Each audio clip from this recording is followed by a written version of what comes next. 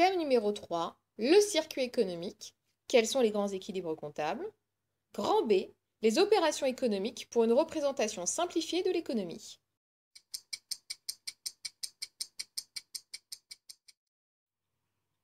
L'équilibre emploi-ressources. Nous verrons ici plus particulièrement quels sont les grands équilibres macroéconomiques et ce justement en étudiant l'équilibre emploi-ressources.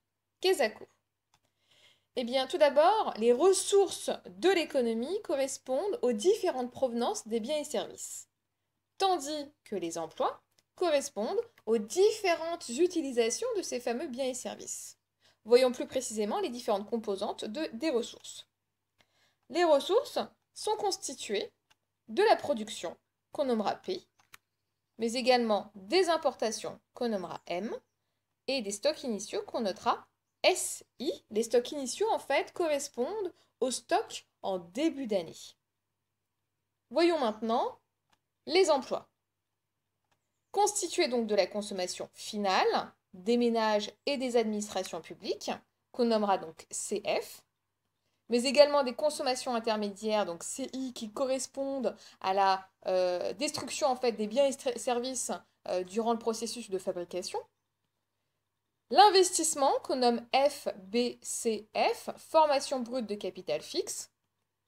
Les exportations X.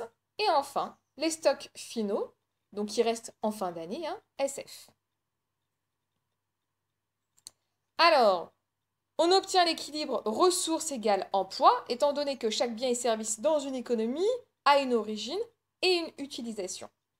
Regardons cette équation de plus près. Rappelez-vous, les ressources sont constituées donc de la production, des importations et des stocks initiaux, tandis que les emplois sont constitués donc de consommation finale, consommation intermédiaire, FBCF, exportation et stock final.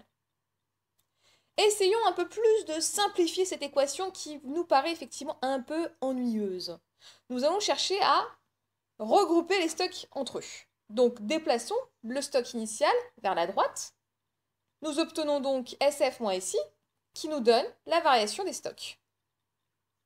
Maintenant, cherchons à déplacer les consommations intermédiaires qui sont à droite vers la gauche pour pouvoir avoir justement production moins consommation intermédiaire car, rappelez-vous, la différence des deux nous permet d'obtenir la valeur ajoutée. Et d'ailleurs, la somme des valeurs ajoutées dans une économie correspond au PIB. Maintenant, cherchons à déplacer les importations vers la droite.